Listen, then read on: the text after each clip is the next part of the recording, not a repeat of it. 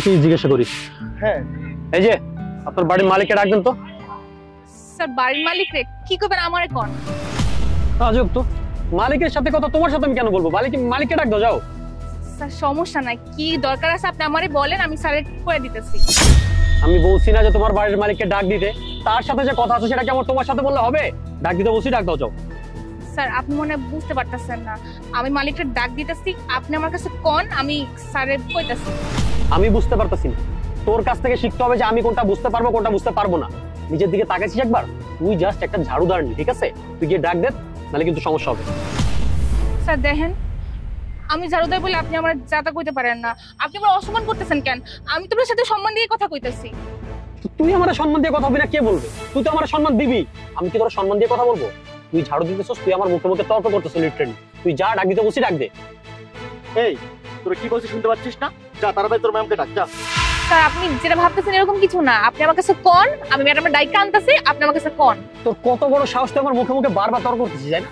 তোর চাকরি আমি খাচ্ছি, তুই এই বাসায় কাজ করিস না? না না না স্যার স্যার স্যার আমার কথাটা শুনেন স্যার, আপনি কিছু মনে করেন না স্যার, আমি আপনার এমনিই কইছি স্যার, কিছু মনে করেন না আপনি। তোর কত বড় সাহস, তুই আমার গায়ে হাত দিলি? তুই আমার গায়ে হাত দিছস? স্যার আপনার এত বড় সাহস হয় না যে আপনি আবার গায়ে হাত দিবেন? আমি আপনাকে সেই অধিকারটা দেই নাই, এমনকি এই অধিকার আমি কাউরেই দেই নাই, আপনি আমার গায়ে হাত তুলতে চাইতেছেন। তুই আমার অধিকার শিখাইতেছিস? আশেপাশের লোকজন তাকায় আছে, নাহলে তোরে আমি, তোর চাকরি আমি খাইতেছি। দাঁড়া।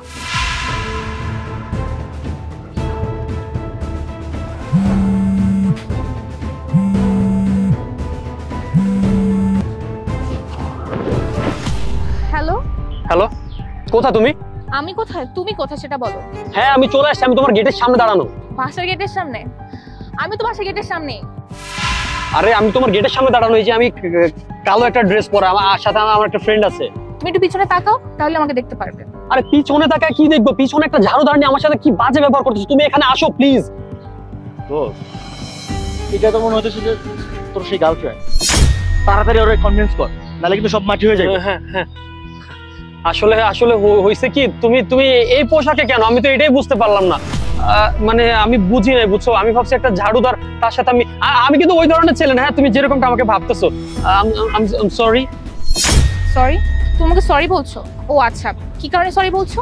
কারণ তুমি ভেবেছিলে আমি একটা ঝাড়ুদার কিংবা বাসার কাজের মেয়ে, তাই না? এটা ভেবে আমাকে তুমি সরি বলছো, কারণ আমি তোমার সাথে রুড বিহেভ করেছো। দেখো তুমি ভুল বুঝতেছো, আসলে হয়েছে কি, আমার একটু মন মেজাজ খারাপ ছিল। বল না, রিক্সাওয়ালার সাথে ঝামেলা হয়েছে না, এই জন্য আর কি মন মেজাজ খারাপ ছিল। এসে ভাবছি যে একটা ঝাড়ুদার আমার সাথে এরকম করে কথা বলতেছে, তাই সেটা করে ফেলছি। নাহলে আমি কখনো ছোট করে দেখি না, আমি তো সবাইকে সম্মান করি।